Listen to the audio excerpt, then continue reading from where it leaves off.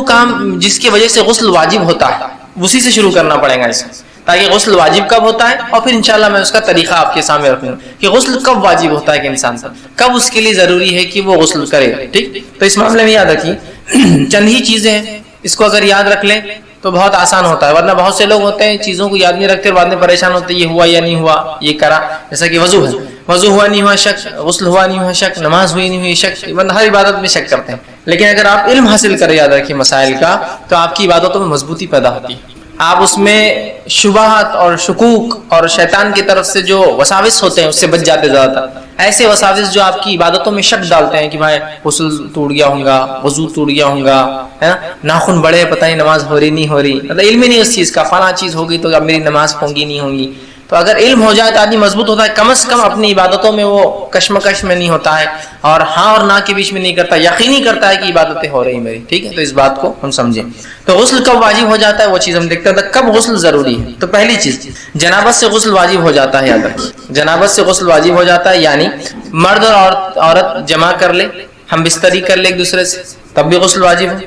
خواہ منی نکلے یا نہ نکلے، دونوں ہی شکل میں جو غسل واجب ہو جاتا ہے. ٹھیک، اس لیے کہ جو صحیح مسلم کی روایت میں نے ابھی آپ کے سامنے رکھی تھی کہ آپ کیا فرماتے ہیں، جب مرد کی شرمگاہ عورت کی شرمگاہ سے تجاوز کر جائے تو اس پر غسل واجب ہو جاتا ہے. تو یہاں یہ نہیں کہا کہ جب وہ منی خارج ہوا تو غسل واجب ہو جاتا ہے، صرف لگ جانے سے. دوسری ایک روایت کے الفاظ ہے جب مرد کی ختنہ عورت کی ختنہ سے لگ جائے، ٹھیک ہے، تو پھر اس پر غسل واجب ہو جاتا ہے.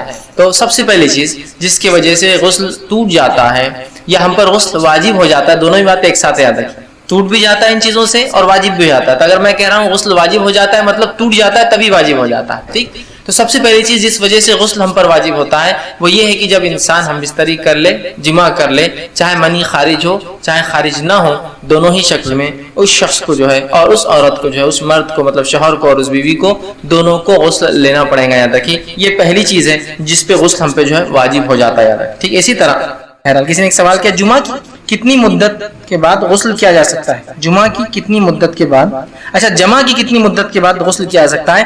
تو جمعہ کے بعد بہرحال ہم بستری کے بعد، اسی کوئی مدت نہیں ہے، آپ فجر سے پہلے کریں میکس جس کو ہم کہہ سکتے ہیں، مطلب آپ رات میں جمعہ کیا، جو وقت آپ سو رہے تھے، جو آپ کے پاس ٹائم تھا اس کے فجر سے پہلے کر لیں، بس یہ مدت میں میکس کہہ سکتا ہوں. منیمم کچھ بھی ہو سکتی ہے. ہاں، اب اس میں کم از کم کیا مدت کا آپ لحاظ رکھیں، اتنا لحاظ رکھیے کہ مرد کی شرمگاہ سے منی پورا نکل جائے اور اس کے بعد کسی مادے کے نکلنے کا امکان نہ ہو، اس لیے کہ اگر نہانے کے بعد منی نکلے گا تو پھر غسل پھر سے کرنا پڑے گا. ٹھیک، تو اتنی دیر رک جائے جس کے اندر اندازہ ہو جائے. اور منی کی خصوصیت یہ ہوتی ہے کہ وہ پہلے گاڑھا ہوتا ہے اور جیسے ہی وہ ماحول میں آتا ہے اور ملتا ہے تو وہ پگھلنا شروع ہو جاتا ہے، پتلا ہو جاتا ہے. تو شرمگاہ میں اللہ کا ہی فضل یاد رکھیے، ورنہ اگر وہ گاڑھا ہی رہتا تو شرمگاہ سے نکل نہیں پاتا تھا. تو نکلنے کے بعد جو خود بخود پتلا ہو کر باقی چیزیں نکلنا شروع ہو جاتی مادہ.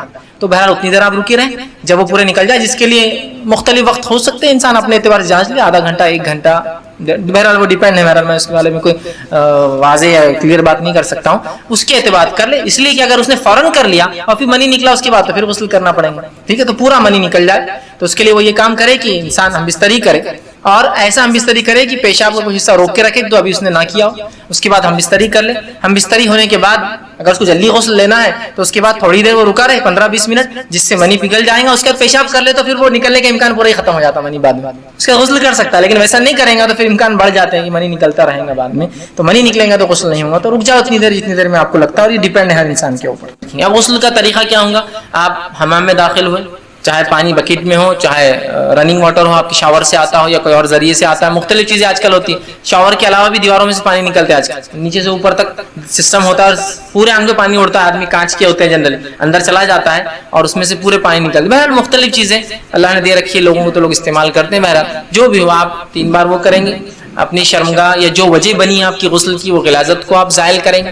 ٹھیک ہے، اس کے بعد آپ وضو کریں گے جس طرح سے وضو ہوتا ہے. اب طہارت بیت الخلاء میں جانے کی دعا ہوا میں نہیں سکھاؤں گا، پہلے ہو چکا 2-3 ہفتے پہلے جانے کا، وہ سب پورا رفع حاجت کے مسائل ہو چکا ہے. تو لہٰذا میں اس لیے وہ بات نہیں رکھ رہا ہوں، ورنہ پھر اس کو ایڈ کریں گے تو کئی چیزیں اضافہ ہو جائیں گی، بہت مشکل ہوگا مجھے سمجھانا. ٹھیک، تو پھر آپ اندر چلے گئے، آپ نے جو وضو کیا جیسا وضو ہوتا ہے، ٹھیک ہے، چاہے تو پیر ساتھ دھو لے یا بعد میں آخر میں، تاکہ چھینٹے ہونے کا ڈر ہے تو آخر میں دھو لے. ٹھیک ہے، اس کے بعد جب وضو کا ہو گیا معاملہ تو اس کے بعد آپ سر کو دھو لے اچھے سے، تاکہ غسل جنابت ہے تو جڑوں تک پانی چل جائے. اس کے بعد سیدھے طرف بھگا لے، مطلب شاور ہے تو آپ ادھر سے شروع کریں پھر ادھر آ جائے. ٹھیک, مطلب سیدھے طرف پہلے وہ کر لے تاکہ سنت بھی ادا ہوتی ہے, اور پانی گر رہا ہے تو ظاہر سی بات ہے کسی ایک طرف ڈالنا نہیں ہے, صرف ایک طرف ہونا ہے آپ کو, تو سیدھے طرف ہو جائے, الٹے طرف ہو جائے, اور پورے آنکھ کو مل لے, اور ان مقامات کو خاص طور سے جہاں ہو سکتا ہے پانی نہ جائے, بغل ہو سکتے ہیں, ناف ہو سکتی ہے, اسی طرح شرمگاہ کا پچھلا حصہ ہو سکتا ہے, گھٹنے کا پچھلا حصہ ہو سکتا ہے, بیٹھ کر نہا رہے ہیں, یا مختلف پوزیشنز کے اعتبار سے مختلف اعضاء ہو سکتے ہیں سوکھی رہ جائے, ان کا آپ ضرور خیال رکھیں اور ان کو دھو لیں. عورتیں ہوں بہت گھنے بال ہو, جس نے پلیٹ والی چوٹیاں ڈالی رکھی ہو جو بہت زیادہ ہوتی ہے, تو وہ اگر 3 بار بھی پانی ڈال لے تو انشاءاللہ ان کے لیے کفایت کر جائیں گا.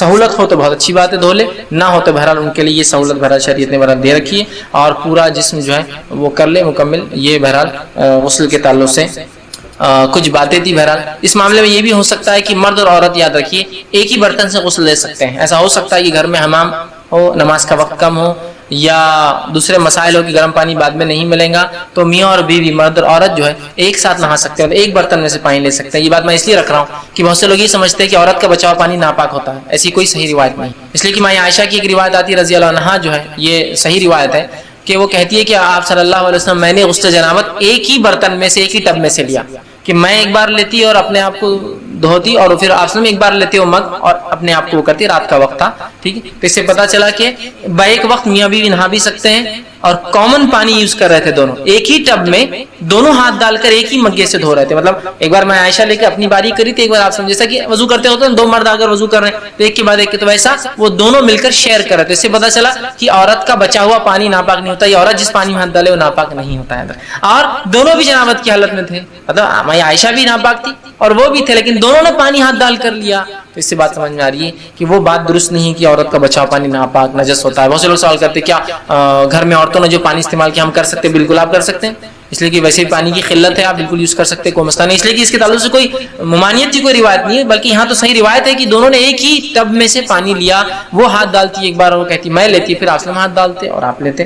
تو بہرحال اس میں جو ہے کوئی مسئلہ نہیں. ٹھیک, تو یہ تھی چند باتیں غسل کے تعلق سے. ماشاءاللہ بہت آسان تھا, بالکل ایک دم سمپل تھا, اور وضو کے مقابلے میں وضو سے بھی آسان نہیں ہے. تو وضو میں تو بہت چیزیں یاد رکھنا تھی, اس میں تو سب بھگا لینا ہے بس. ایک عام لحاظ سے اگر کوئی کہے کہ غسل کیسا ہو تو بس مکمل اپنے آپ کو بھگا لے, یہ غسل ہے, مکمل اپنے آپ کو بھگا لے, یہ غسل ہے. ٹھیک, یہ میں اس لیے کہہ رہا ہوں کہ بہت سے لوگ شکوک میں ہوتے ہیں اپنی عبادتوں کے تعلق سے, سوالات ان کے ذہن میں عجیب و غریب ہوتے, تو ان کے لیے میں کہہ رہا ہوں بس اپنے آپ کو مکمل بھگا لے, یہ آپ کے لیے انشاءاللہ عزیز کافی ہو جاتا ہے. رہا پھر وضو کا, تو وضو کے ساتھ بھگا لیا تو وضو بھی ہو گیا, نہیں بھگایا تو بعد میں آپ کو الگ سے وضو کرنا. یہی معاملہ میت کو غسل دینے کا بھی ہوگا, سمپل یاد رکھیں. دور حاضر میں چیلنجز اور ان کا حل, امت مسلمہ کن چیلنجز سے گزر رہی ہے اور اس کا سولوشن کیا ہے, اس کا حل کیا ہے, وہ ہم دیکھ رہے تھے. اور ہم نے اس میں 2 چیلنجز اب تک دیکھے ہیں, اور ہم نے ارادہ کیا تھا کہ انشاءاللہ عزیز 10 مکمل چیلنجز ہم دیکھیں گے, جو سب سے اہم چیلنجز ہے جو امت فیس کر رہی ہے. باقی چیلنجز اس کے ماتحت ہیں, مطلب یہ چیلنجز سے چھوٹے چیلنجز. پہلا ہم نے دیکھا سب سے بڑا چیلنج جو امت مسلمہ کو دیا گیا ہے وہ شیطان کی طرف سے, اور وہ شرک کا چیلنج تھا, اور ہم نے اس کا سولوشن, اس کا حل دیکھا کہ ہم توحید پر چلے اور شرک سے بچے, یہ اس کا حل تھا. دوسرا ہم نے دیکھا جو چیلنج ہے یاد رکھیے وہ بدعت کا چیلنج ہے. وہ چیلنج یہ ہے کہ سنت کی خلاف ورزی, یا انسان بدعت کرے, نبی اکرم صلی اللہ علیہ وسلم کی بات کے خلاف کام کرے. پھر ہم نے دیکھا تھا اس کا حل یہ ہے کہ ہم سنت پہ عمل کریں اور بدعت کو ہم ترک کریں, یہ ہم نے دیکھا. آئیے آج کا تیسرا چیلنج جو ہمارے سامنے امت مسلمہ کے سامنے ہے, اور یہ ایک بہت بڑا چیلنج یاد رکھیے, بے انتہا بڑا, چونکہ کتاب اور سنت تقریباً ایک ساتھ استعمال ہوتے ہیں اور وہ ہم معنی ہی ہوتے ہیں, چونکہ جہاں کتاب نے حکم دیا سنت نے اس کی تشریح کی. لیکن اب جو چیلنج یاد رکھیے یہ ایک طرح سے دوسرا اہم چیلنج ہے قرآن و سنت کے بعد, اور وہ چیلنج یاد رکھیے جو آج میں آپ کے سامنے رکھوں گا وہ ہے آپسی اختلاف. یہ تیسرا سب سے بڑا چیلنج ہے یاد رکھیے جو امت مسلمہ کو درپیش ہے, یاد رکھیے. اور اس چیلنج کی وجہ سے امت پارا پارا ہو گئی ہے, ٹوٹ چکی, یاد رکھیے, جس کو کہیں گے ٹکڑے ٹکڑے ہو چکی, یاد رکھیے اس چیلنج کی وجہ سے. اور یہ چیلنج بھی شیطان کی طرف سے دیا گیا چیلنج, یاد رکھیے, جس کو نبی اکرم صلی اللہ علیہ وسلم نے جامع ترمذی کی روایت میں یوں فرمایا تھا اور حدیث میں یوں بیان کیا اور کہا. جابر رضی اللہ عنہ اس کے راوی فرماتے ہیں کہ اللہ کے رسول نے فرمایا شیطان اس بات سے مایوس ہو چکا ہے کہ نمازی کبھی اس کی عبادت کریں گے. شیطان اس بات سے مایوس ہو چکا ہے کہ نمازی کبھی اس کی عبادت کریں گے, لیکن وہ اس بات سے مایوس نہیں ہے کہ ان میں جھگڑا لگائے, ان میں اختلاف پھیلائے. تو گویا شیطان اس بات سے مایوس ہے, مایوس سمجھتے ہیں اب نا امید ہو چکا ہے کہ نمازی کبھی اس کی عبادت کریں گے. تو نماز بڑی اہم چیز یاد رکھیے، چونکہ ٹاپک نہیں ہے اس پہ ہم ابھی اب زور نہیں دیں گے، اس کی تفصیلات میں نہیں جائیں گے. نمازی شیطان کی عبادت نہیں کریں گے، جو نماز نہیں پڑھتا یاد رکھیے وہ شیطان کا پیروکاری ہو جاتا ہے. تو اب شیطان نا امید ہو چکا ہے کہ نمازی کبھی اس کی عبادت کریں گے، لیکن اس بات سے وہ آج بھی مایوس ہے کہ ان میں جھگڑا لگائے، ان میں اختلاف پیدا کرے. تو گویا توحید کے بعد اور نماز کے بعد سب سے اہم چیز جو ہے جو شیطان کریں گا اس کا امت کو خراب کرنے، وہ اختلاف ہے. شیطان مایوس ہو چکا ہے کہ نمازی نماز کون پڑھتا ہے؟ توحید پرست پڑھتا ہے. توحید اور نماز کے بعد جس چیز کے لیے وہ کام کریں گا اور محنت کریں گا وہ ہے اختلاف پھیلائیں گا، جھگڑے لگائیں گا اور لوگوں کو ایک دوسرے کے مخالف کھڑے کر دیں گے، خاص طور سے مسلمانوں کو مخالف. یہ الگ بات ہے کہ وہ غیر مسلم مسلمانوں میں بھی اختلاف کرتا ہے اور ان میں بھی جو آگ لگاتا ہے اور مسلمانوں کو جو ہے کافروں سے ڈراتا ہے، وہ ایک الگ ٹاپک ہے، لیکن یہ آپس میں یاد رکھیں. تو لہذا علماء نے جو تشریحات کی یاد رکھیں، اگر آپ اس کا مطالعہ کریں تو علماء نے کہا کہ توحید اور نماز کی بات ہی اللہ دیگر عبادتیں قبول کرتا ہے، یاد رکھیں. چونکہ نماز کی بات ہے اس لیے اتنا پوائنٹ رکھ رہا ہوں. تو اس آدمی کا روزہ قبول نہیں جو نماز نہیں پڑھتا ہے، یاد رکھیں. توحید کے بعد نماز ضروری ہے. اس آدمی کا حج بھی قبول نہیں جو توحید پر نہیں اور نماز نہیں پڑھتا ہے، یاد رکھیں. اس کے بعد ہی ہوگا. اس لیے شیطان بھی مایوس ہے کہ نمازی اسی کبھی عبادت کریں گے. ہاں، اختلاف کے معاملے میں، جھگڑا لگانے کے معاملے میں مایوس بالکل نہیں ہے. تو پتہ چلا توحید کے بعد دوسری سب سے اہم جگہ جہاں شیطان چوٹ دے گا وہ ہے اختلاف. اب میں کیا کہوں آپ کو اتحاد کے کیا فائدے، چونکہ اختلاف کا حل اتحاد ہے. آخر میں پوائنٹ دیکھیں گے، لیکن میں آپ کو ایک بات بتانا چاہ رہا ہوں کہ میں اتحاد کے بارے میں آپ کو کیا کہوں. اگر آپ نے اسکول نہیں بھی پڑھا ہوں گا تو یہ کہانی تو ضرور سنی ہوں گی کہ ایک باپ رہتا، کہانی ہے بہرحال، مثال اچھی مثالیں سمجھانے کے لیے. اس کے 7 8 9 10 الگ الگ باتوں میں الگ الگ بچے رہتے اس کے نا. پھر وہ کیا کرتا، سب کو ایک لکڑی لاؤ بولتا.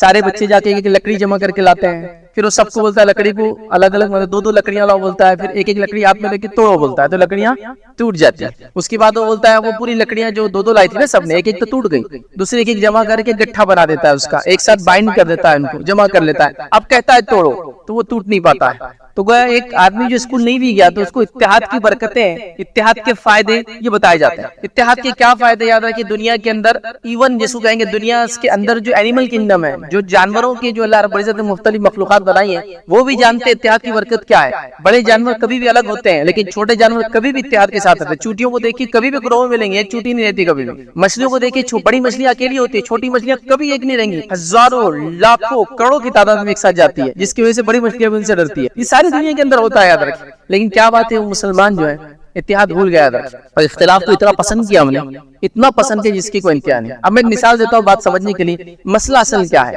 اختلاف ہوتے ہیں بہت ساری چیزوں میں، اور دنیاوی اختلافات میں آپ کو روکا بھی نہیں گیا ہے جب تک کہ وہ جھگڑا نہ ہو. دنیاوی اختلاف آپ کر سکتے جب تک کہ جھگڑا نہ ہو. کیسے؟ مثال، بچے کو بی کام کرنا، بی اے کرنا ہے، بی ایس سی کرنا ہے، کرو اختلاف، کیا مسئلہ ہے؟ جھگڑا مت کرو، بس ڈسکشن ہو سکتا ہے نا کہ نہیں ابا کو بی اے پسند ہے، امی کو بی کام پسند ہے، بچہ بی ایس سی کرنا چاہتا ہے، کوئی مسئلہ نہیں. دنیاوی اختلاف ہے. گاڑی میں کون سی کلر کی لوں، اختلاف ہو سکتا ہے، کالی لو، سفید لو، ہری لو، پیلی لو، نیلی، کوئی مسئلہ. جب تک جھگڑا نہیں ہوتا اختلاف درست ہے. ہمارا پرابلم اصل یہ ہے کہ ہم نے اختلاف اس چیز نہیں کیا جو چیز کی وجہ سے ہم کو اتحاد دیا گیا، جس کی وجہ سے ہم متحد ہوئے تھے، جس کی وجہ سے صحابہ ایک جگہ جمع ہوئے تھے، وہ دین تھا. ہمارا سب سے بڑا ایشو ہے کہ ہم نے دنیا میں نہیں، ہم نے دین میں اختلاف کیا. اور ایسا عجیب و غریب اختلاف کہ جب تک میں دیندار نہیں ہوں تو سب سے سلام چالو ہے. یہ بات میری آپ نوٹ کر لیجیے، سب سے سلام چالو، کیسے آپ، خیر خواہ فلاں.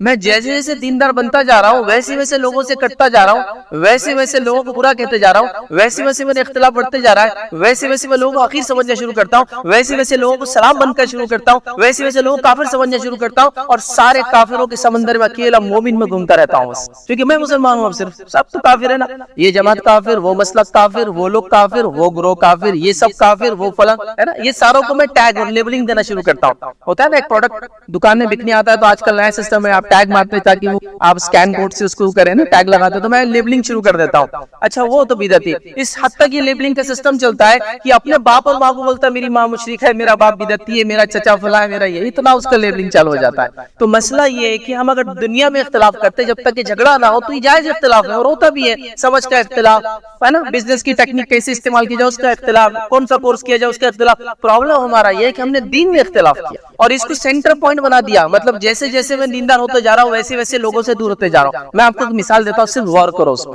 نبی اکرم صلی اللہ علیہ وسلم پہ اسلام نہیں آیا ابھی. آپ کہاں جا کر بیٹھتے تھے؟ کہاں جا کے بیٹھتے تھے؟ غار ہرا کے اندر، پبلک سے دور.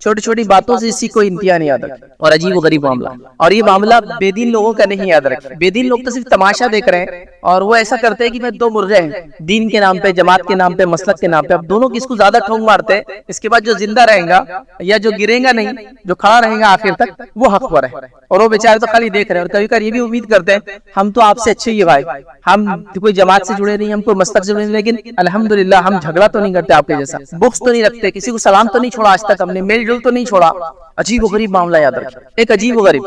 اور ہر فریق انتہا پہ پہنچ گیا، اتنے انتہا پہ پہنچ گیا اس دینی جو ہے اختلاف کو لے کر، جبکہ موجود نہیں. یاد رکھیں آپ اگر کسی ایک مسلک کو بھی مانتے ہیں، میں آپ کو کہہ رہا ہوں اگر آپ نے مسلک بھی پڑھا ہو یا مسالک جتنے مسلک چلتے رہے اگر ان کو بھی پڑھا ہو، آپ دیکھیں گے 2 سے 3 کی رائے ایک ہی ہوتی ہے اس کے اندر.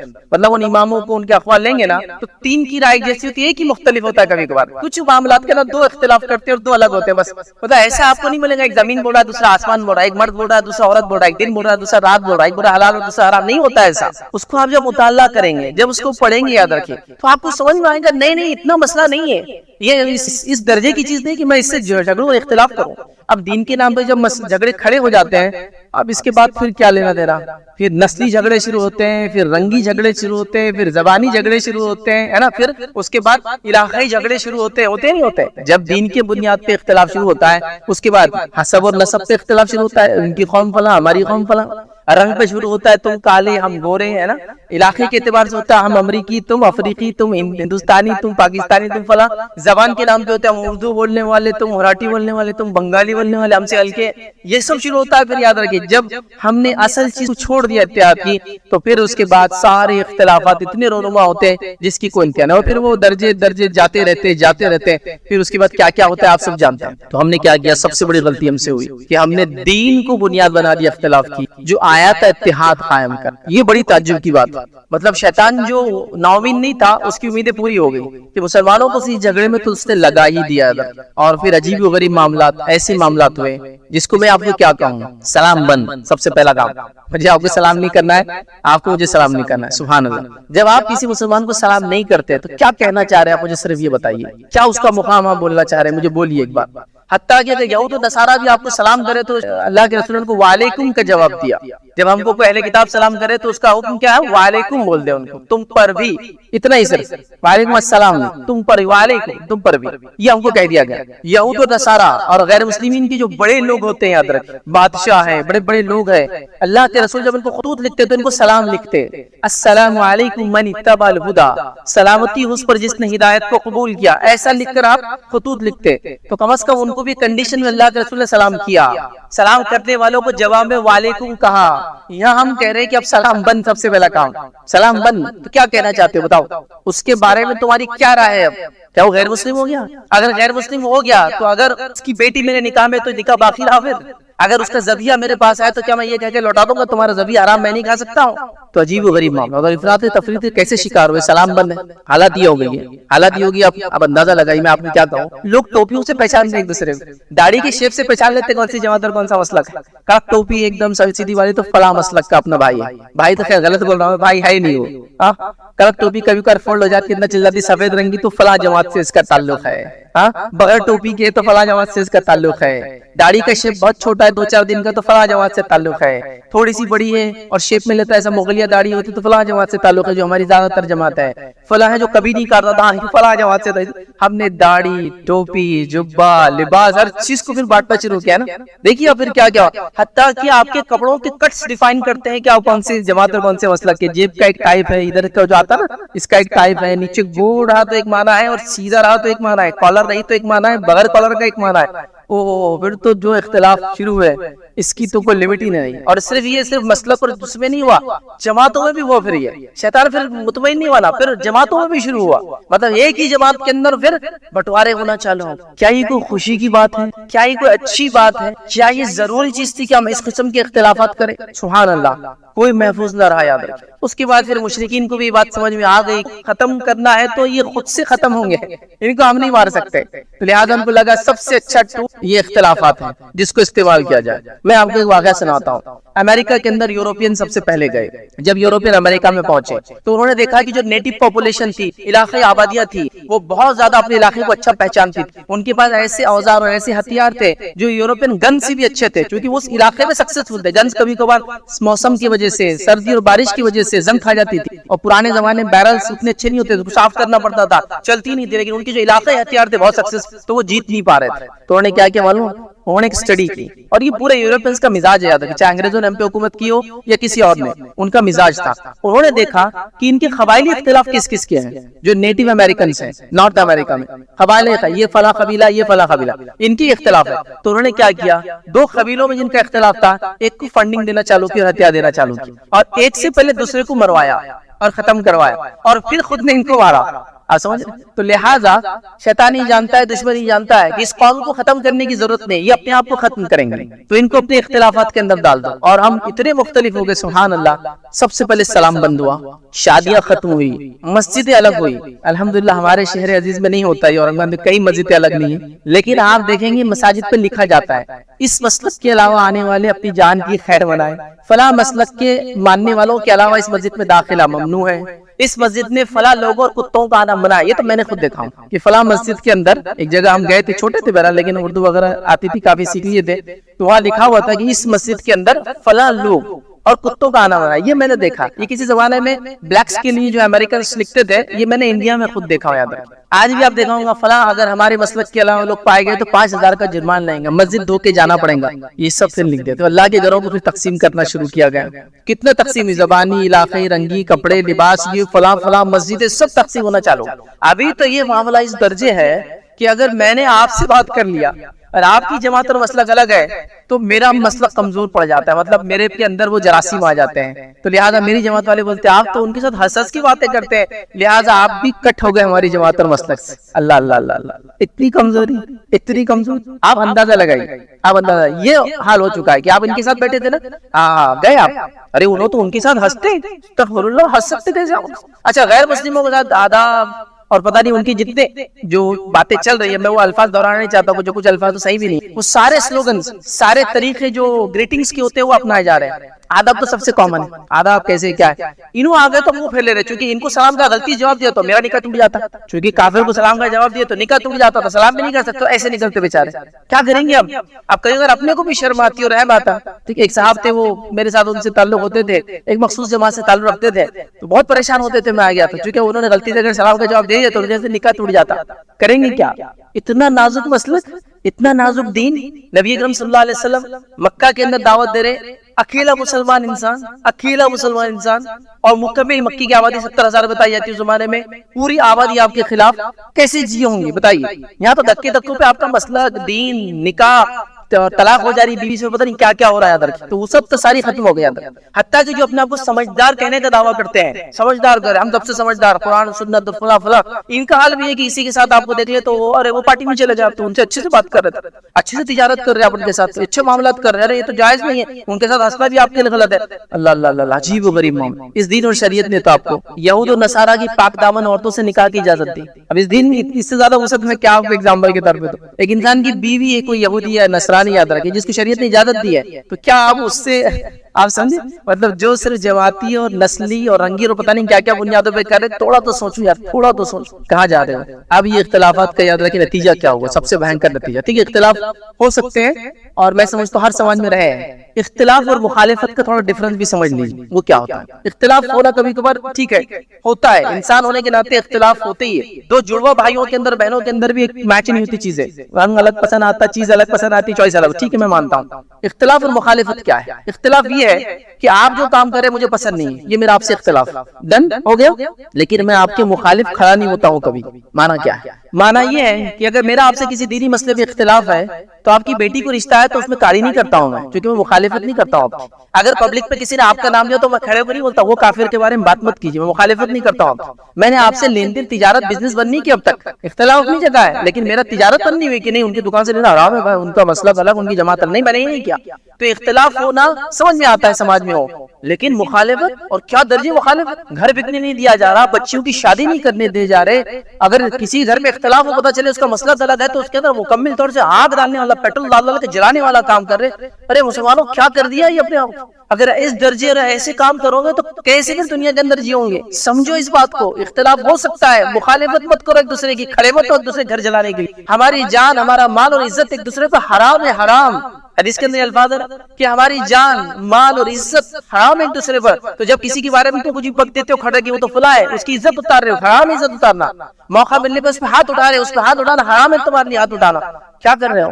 تو مخالفت میں کھڑے ہو گئے. اختلاف ٹھیک ہے ہو سکتا ہے, میں بھی مان رہا ہوں, مخالفت مت کرو اس درجے کہ کوئی آ کے کہہ رہا ہے کہ فلاں کا گھر جلا رہے ہو تو وہ ہے نا تو ان کی جماعت والے جاؤ جلاؤ خوشی سے جلاؤ. میں ایک مثال دوں گا خالی, اگر سمجھ لو تو اچھی بات ہے. ایک جنگل میں ایک شیر ہوتا ہے, وہ پلان کرتا ہے کہ بھائی جنگل میں کئی سانڈ ہے, سانڈ جو بل ہوتے ہیں نا, ایک جو بھینسے بولتے ہیں جن کو, ان کا بل ہوتا ہے اس کو سانڈ بولتے ہیں, ادھر میل جو ہوتا ہے, وہ شیروں کو مار دیتے ہیں. تب شیر بولتا اب کھانا تو ہے ان کو, کیسے کھائیں گے یہ بلس کو, یہ جو بھینسوں. تو اس نے کیا کرتا ہے, 4-5 سانڈ رہتے ہیں ان کے پاس جا کر بولتا ہے کہ دیکھو جو ایک ہے نا تم سے الگ بھی ہے, اختلاف ہے اس کا, تم سے فلاں ہے, میرے کو اس کو کھانے دو, تم 4-5 محفوظ رہو گے, میں تم پہ نہیں آؤں گا. وہ 4-5 سانڈ بولتے ٹھیک ہے ہم خاموش بڑھ جائیں گے, تم کو جو کرنا اٹیک کر دو. اس نے کھا لیتا ہے. اب بچے 4 سانڈ, ایک ختم ہو گیا. اب وہ 4 میں سے پھر 3 کو الگ لیتا ہے, بولتا تم تینوں تو بہت اچھے لوگ ہو, فلاں یہ وہ, مجھے صرف اس کو کھانے دو, تمہارے کو تو میں کچھ نہیں کروں. بولتے ہاں صحیح بات ہے, وہ ہم سے الگ بھی ہے, مختلف ہے, کھا لو اس کو. پھر اب ہو گئے 3 سانڈ, پھر وہ 2 کو بازو کر کے بولتا ارے وہ ایک کو کھانے دو, تم لوگ تو محفوظ ہو نا. یاد رکھو جنگل سے پورے سانڈ ختم ہو جاتے ہیں, جنگل سے پورا وہ نسل ختم ہو جائیں گے. یہی ہو رہا ہے مسلمانوں کے ساتھ. ہم کو کسی اور کی ضرورت نہیں ہے ختم کرنے کے لیے, سب کو پتہ ہے اپنے آپ کو ختم کریں گی قوم, اور اس درجے پہ ہم آج جا چکے ہیں. چھوٹی چھوٹی باتوں کو لے کے ایسا اختلاف کرتے, اللہ اللہ اللہ اللہ, ایسا کہ توحید اور شرک پہ بھی اختلاف نہیں ہوتا. مطلب توحید اور شرک پہ بھی نہیں ہوتا. رمضان کا مہینہ آئے گا, عبادت کا مہینہ ہے, ہاں بس عبادت کا مہینہ نہیں, بحث اور مباحثے کا مہینہ ہے. یہی تو مہینہ ہے جب تو کون ہے اور میں کون ہے ثابت ہوتا ہے. تیری رکعتیں کتنی, تراویح کی میری کتنی, نفل نماز سے بات ہو رہی ہے. اچھا فجر کی 2 رکعت میں کسی کو اختلاف ہے, وہ فرض ہے, اس میں کوئی مارنا نہیں, گھر جلانے کی بات نہیں کرے, فجر نہیں پڑتا. تراویح کتنی پڑھتا ہوں اس میں اس کے لیے سب کچھ کروں گا, بیٹی کا نکاح توڑ دوں گا, اس کو فلاں کروں گا, بزنس نہیں کروں گا, بات بند کر دوں گا, اس کو مسجد پر نہیں آنے دوں گا, مسجد خالی کر دوں گا, محلے میں آگ لگا دوں گا, اگر پارکنگ ہوگی 8 رکعت والی مسجد میں جلا دوں گا. یہ سب ہو رہتا ہے. فجر میں نہیں ہو رہا کسی کو کہ ہم فجر نہیں پڑھنے والے گھر جلا دیں گے سب کے سب. سبحان اللہ. مطلب تعجب کی بات دیکھو, ایک نفل پہ تم اتنا اختلاف کرتے ہو, فرض پہ تم بات بھی نہیں کر رہے ہو, اور سال بھر جو بے نمازی ان کے اوپر کوئی ہمارا ڈسکشن نہیں ہو رہا ہے. سمجھو تو صحیح, اتحاد کو اپناؤ, اتحاد بڑی طاقت ہے. قرآن میں اللہ رب العزت نے کیا فرمایا, وَأَطِيعُوا اللَّهَ وَرَسُولَهُ وَلَا تَنَازَعُوا فَتَفْشَلُوا وَتَذْهَبَ رِيحُكُمْ وَاصْبِرُوا إِنَّ اللَّهَ مَعَ الصَّابِرِينَ. اللہ فرماتا ہے اور اللہ اور اس کے رسول کی فرمانبرداری کرتے رہو, چونکہ یہی طریقے سے اتحاد آ سکتا, میں نے بتا دیا. اللہ اور اس کے رسول کی فرمانبرداری کرتے رہو, آپس میں اختلاف نہ کرو, آپس میں اختلاف مت کرو دین کی بنیاد پر. اللہ کے لیے کیا ہوگا نتیجہ اگر کرو گے, آپس میں اختلاف مت کرو. اللہ نے فرمایا وَلَا تَنَازَعُوا فَتَفْشَلُوا, تو اللہ تعالیٰ تمہیں بزدل بنا دیں گے اگر تم آپس میں اختلاف کرو. وَتَذْهَبَ رِيحُكُمْ, تمہاری ہوا اور تمہارا دبدبا اکھاڑ دیں گے اللہ تعالیٰ اگر تم نے اختلاف کیا. دین کی بنیاد پہ اختلاف کیا, اللہ رسول کو چھوڑ کر تم نے اختلاف کیا, تو تمہارا دبدبا ختم ہو جائے گا. اللہ فرمایا تم بزدل ہو جاؤ گے, تمہاری ہوا اکھاڑ دیں گے. اللہ فرماتا ہے وَاصْبِرُوا, اور صبر کرتے رہو, إِنَّ اللَّهَ مَعَ الصَّابِرِينَ, اللہ تعالیٰ صبر کرنے والوں. تو اتحاد اختیار کرو, اختلاف مت کرو. اختلاف کرنے سے سب سے پہلا نقصان ہوتا ہے قوم بزدل ہو جاتی ہے. قوم بزدل ہو جاتی ہے. کتنی بزدل ہو جاتی ہے معلوم آپ کو, کہ اگر ہم 4 جا رہے ہیں, کسی نے پکڑ کے 1 کو مار دیا تو ہم اللہ کا شکر ادا کرتے نکلتے کہ 3 تو بچ گئے. اتنی بزدل ہو جاتی ہے. اگر آ کے وہ کہہ دے کہ بھائی تم اتنے لوگ چلے جاؤ, صرف 2 عورتیں ان کو چھوڑ دو, تو ہم بولتے چلو 2 عورتیں ہی مر رہی ہیں نا, ان سے جو بھی ہوگا, لیکن 4 مرد تو زندہ رہنے, چلو نکل جاتے ہیں. یہ بزدلی آتی ہے. اس بزدلی کے شکار پوری قوم ہے, اس بزدلی کے شکار پوری قوم ہے. مجھے بولنے کی ضرورت نہیں, اور میں آپ کو خاموخواہ ایک دن کا جوش بھی نہیں دلانا چاہتا ہوں. جو ہمت ہوتی ہے, جس کو کہتے کرے, جس کو بولتے ہیں, وہ کتاب اور سنت کو صحابہ کے طریقے میں ماننے میں آتا ہے. ایسا اللہ تعالیٰ پھر آپ کو ہمت دیتا ہے. وہ ہمت میں فراست ہوتی ہے, اس میں بصیرت ہوتی ہے. آدمی دیکھ کر پہچان لیتا کہاں کیا کرنا اور کیسے کرنا ہے. فالتو کے جو ہے کتوں کے ایسا نہیں چلاتا ہے. اس کو سمجھ ہوتی ہے کب شیر کے ساتھ غرانا ہے اور کب حکمت کے ساتھ خاموشی سے نکل جانا ہے. ابھی ڈر ہے, اس کی حکمت ہم بول رہے ہیں, یہ ڈر ہے, میری بات سنیے, یہ ڈر ہے جس کی حکمت بول رہے ہو آپ. اپنی جان اور مال کو آپ سامنے کسی کے رکھ دے رہے ہو اور سوچ رہے ہو بچ کے نکل جا رہا ہو, تو یہ حکمت ہے, یہ ڈر اور بزدلی ہے. تو میں آپ کو خامخواہ کی نہیں چڑھانا چاہتا ہوں. اللہ کی کتاب, اس کے رسول کی سنت کو پڑھو, صحابہ کے طریقے کو کو سمجھو اللہ اندر سے ایک ہمت دیں گا، فراست دیں گا، سمجھ دیں گا، اور آپ کو ساری چیزیں آنا شروع ہو جائیں گی۔ تو ہم نے اختلاف، نبی اکرم صلی اللہ علیہ وسلم مدینہ آئے نہیں تھے، ابھی اختلاف تھا دو قبیلوں میں، اوس اور خزرج، بڑے قبیلے تھے، مطلب کتنے 50 سال سے لڑ رہے تھے شاید، اور دونوں کو سپلائی کون کرتا تھا؟ یہودی، دونوں کا عام سپلائی کرتے، ہتھیار سپلائی کرتے تھے۔ پھر یہ نبی اکرم صلی اللہ علیہ وسلم کے پاس آئے اور کہا کہ آ کر اختلاف ہے، ذرا ہمارے پاس مدینہ آئیے۔ پہلی وجہ تو یہ بنی، بعد میں اسلام قبول کیا، بعد میں وہ ہوا، بعد میں بیعت عقبہ ہوئی، پھر آپ کو دعوت دی گئی، ساری چیزیں ہوئی، لیکن پہلی بار کیوں آئے تھے؟ اختلاف ختم کرنے آئے تھے، کیونکہ انہوں نے دیکھا اللہ کے رسول جو دعوت دے رہے سے اختلاف اوس اور خزرج کا تو ختم ہو سکتا ہے۔ اس کے بعد نبی اکرم صلی اللہ علیہ وسلم مدینہ پہنچتے ہیں، اس کے پاس اوس اور خزرج کے نام سے کوئی اختلاف پھر آج تک نہیں پایا جاتا، 1450 سال گزر گئے، اور اختلاف ہمیشہ کے لیے ختم ہو گیا، اسلام کے آنے سے اختلاف ختم ہو گیا۔ کیا بات ہے، میرے اور آپ کی زندگی میں اختلاف ختم نہیں، مطلب یہ ہے کہ صحیح اسلام نہیں آیا زندگی میں، اس وجہ سے حالت یہ ہے۔ سمجھو نا اس بات، سمجھو نا اس بات، نہیں ہے اصلی۔ اب اتحاد کے فائدے کیا ہوتے ہیں؟ زیادہ مثالیں نہیں دیتا ہوں، مدینے کی ایک مثال میں نے دے دی۔ اب نبی اکرم صلی اللہ علیہ وسلم آئے، اتحاد قائم، اتحاد کے بعد کیا ہوا؟ اللہ اللہ، مدینہ ایک اسلامک اسٹیٹ بنا، اور اتحاد کے فائدے میں اب کیا بولوں، جنگ بدر لے لو، 313 یا 315 یا 17 یا 19، یہ صیغہ جو عربی میں استعمال ہوتا ہے 311 سے لے کر 319 کے لیے ہوتا ہے۔ 313 مشہور ہے، لیکن وہ 11 بھی تھے، شاید 13 تھے۔ وہ صیغہ جو ہوتا ہے عربی کا، اس لیے استعمال ہوتا ہے کہ 311 13 اور 15 17 اور 19 کے لیے یوز ہوتا ہے، اور نمبرز کے لیے پورے 311 کے بعد سے لے کر 19 تک اتنے صحابہ، کتنے بالمقابل مشرکین؟ 1000، مطلب 1:3 کا ریشو ہے، ایک مسلمان کے مقابلے میں 3 مشرک۔ جنگ احد لے لو آپ، 1:4 کا ریشو ہے، پہلے 1000 لوگ آئے، پھر منافقین میں اختلاف ہوا، عبداللہ بن ابی نے 300 لوگوں کو لے کے چلا جا، بچے 700، تو 1:4 کا ریشو ہو گیا۔ ایک صحابی کے مقابلے میں 4 مشرک ہو گیا، ڈٹے رہے، لیکن ابتدائی اس میں تو اکھاڑ رہی تھی ہوا ان کی۔ یہ آپسی اختلاف کے نتیجے میں کیا ہوا آپ جانتے ہیں نا، آپسی اختلاف میں اللہ کے رسول کی نافرمانی ہوئی، اور وہ 50 تیر انداز میں سے 40 اتر گئے، اور یہ جنگ جو فتح ہو رہی تھی ایک طرح سے نو ریزلٹ ہو گئی، نہ جیت نہ ہار، کچھ بھی نہیں کہہ سکتے۔ لیکن انہیں مسلمانوں کی ہمت دیکھیے آپ، 700 بالمقابل 3000، ارے یہ تو کچھ بھی نہیں، اتحاد کے فائدے میں آپ کو۔ جنگ متا جو خالد بن ولید جو آخری لیڈر بنے، اور اس کے بعد خیر ٹھیک ہے جنگ میں جیت تو نہیں بولیں گے، لیکن حفاظت کے ساتھ مسلمان واپس آ گئے۔ آپ کو پتا ہے کتنے لوگ تھے؟ پہلے 2 سردار جنہوں نے لڑا، اس کے اندر 2000 بالمقابل 2 لاکھ، 2000 صحابہ کی جماعت 2 لاکھ رومیوں سے لڑنے گئی تھی، 2 لاکھ، مطلب اگر ایسا بھی گھیر لے سب طرف سے تھے 2 لاکھ کی کوئی نہیں۔ پھر خالد بن ولید کو اللہ کے رسول نے بھیجا، 1000 لوگ دیکھے، 3000 بالمقابل 2 لاکھ، اور اس میں خالد بن ولید نے تیسرے دن مسلمانوں کو حفاظت کے ساتھ لے کے نکل گئے۔ یہ بھی تو جیتے بھائی۔ اب یہاں 1:2 کیا ریشو ہے؟ اندازہ لگا 2000 2 لاکھ، 1:100 کا ریشو جا رہا ہے، 200 کا ریشو جا رہا ہے 1:2۔ کیسی اتنی ہمت آ گئی تھی، کیسی اتنی صلاحیت آ گئی تھی؟ اتحاد کی برکت تھی۔ تو یہ مدینہ تھا، یہ مسلمان۔ آخری مثال دے کے بات ختم کروں گا، آج کے دور میں اتحاد کی مثال، لیکن یہ مثال میں مسلمانوں سے نہیں دے سکتا ہوں، تو اس لیے آپ تھوڑا معاف کرنا مجھے کہ آج کے دور میں اتحاد کی آپ کو مثال دیکھنا ہے تو مثال لیجیے یہود کی۔ یہودی دنیا کے اندر 2000 سال سے پریشان گھوم رہے تھے، اس کو بولتے وہ ڈائسپورا بولتے۔ بختہ نصر نے جو ان کی قبر توڑا تھا تو 2000 سال گھومتے رہے پوری دنیا میں، ادھر ادھر امک ڈھمک ادھر ادھر۔ اللہ تعالیٰ نے قرآن وعدہ بھی کیا، 2 بار تم ہمارے نافرمانی کرو اور 2 بار ہم تم کو سزا دیں گے۔ پہلی بار بختہ نصر عیسیٰ علیہ السلام سے ایک تقریباً 500 سال پہلے، اور دوسری بار ٹائٹس نامی ایک بادشاہ نے ان کو، عیسیٰ علیہ السلام کو جب انہوں نے مارنے کی کوشش کی، اس کے بعد اس نے وہ کیا، اور دونوں وقت مسجد اقصیٰ کو اس نے ٹائٹس نے برباد کر دیا اور بختہ نصر نے برباد کر دیا تھا، پورا فلیٹ کر دیا تھا اس نے یروشلم کو، اور پوروں کو اٹھا کے لے گیا تھا بندی بنا کر کا بیبلون۔ پوری تاریخ ہے، بہرحال آپ اس کو دیکھ لیں۔ بہرحال 2000 یہ سال گھومتے رہے، 2000 سال بعد ان کو سود آئی، اور 18ویں صدی میں انہوں نے کہا کہ ہم جمع ہوں گے اور ایک وطن اپنا بنائیں گے۔ ساری چیزیں طے ہو گئی، کئی علاقے طے ہوئے، آخر طے ہوا کہ ہم آئیں گے القدس، یروشلم واپس، فلسطین واپس آئیں گے، اور آ کر جمع ہونا شروع ہوا، یاد رکھیں 19ویں صدی 20ویں صدی کی ابتدا میں،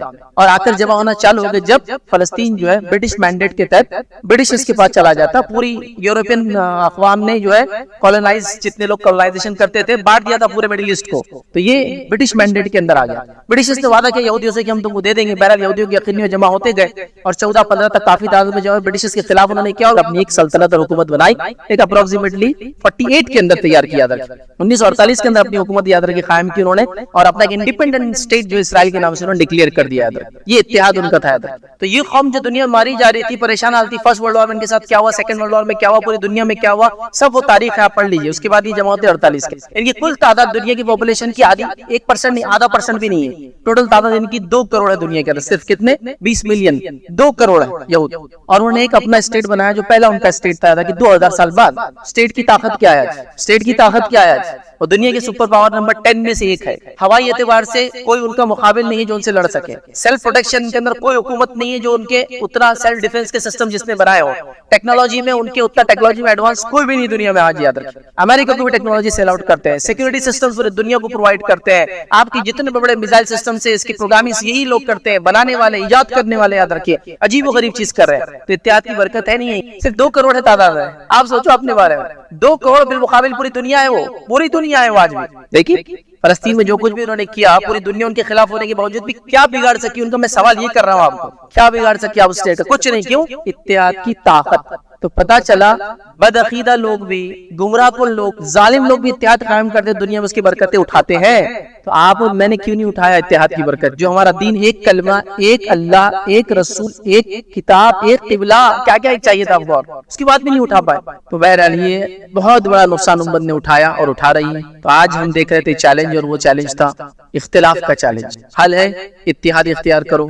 چند باتیں میں نے کوشش کی کہ آپ کے سامنے رکھوں. امید کرتا ہوں کہ ان باتوں کو آپ سیریس لے کر امت میں اتحاد قائم کریں گے. چھوٹی چھوٹی باتوں پر کسی کی دعوت, سلام, انتقال میں نہ جانا, بیماری میں نہ جانا چھوڑ دیں گے. ہم تو وہ لوگ ہیں جو غیر مسلموں کے لیے ان کی بیماریوں پہ ان کے گھر پہنچ جاتے تھے. اللہ کے رسول یہودیوں کے پاس گئے, کیا چاہیے آپ کو؟ اور مثال کے طور پر یہودی لڑکا تھا, ایک بیمار ہو گیا, آپ کی خدمت کرتا تھا, آپ اس کے گھر گئے, اسے گھر گئے, آپ نے اس کی تیمارداری کی. اب کیا مثال ہے میں آپ کو, کیا چیز آپ کو دور رکھ رہی ہے ایک دوسرے سے؟ اللہ کے لیے اتحاد پہ آ جاؤ, اپنے اختلافات کو ختم کرو, محبتوں کو اپنے اندر بڑھاؤ.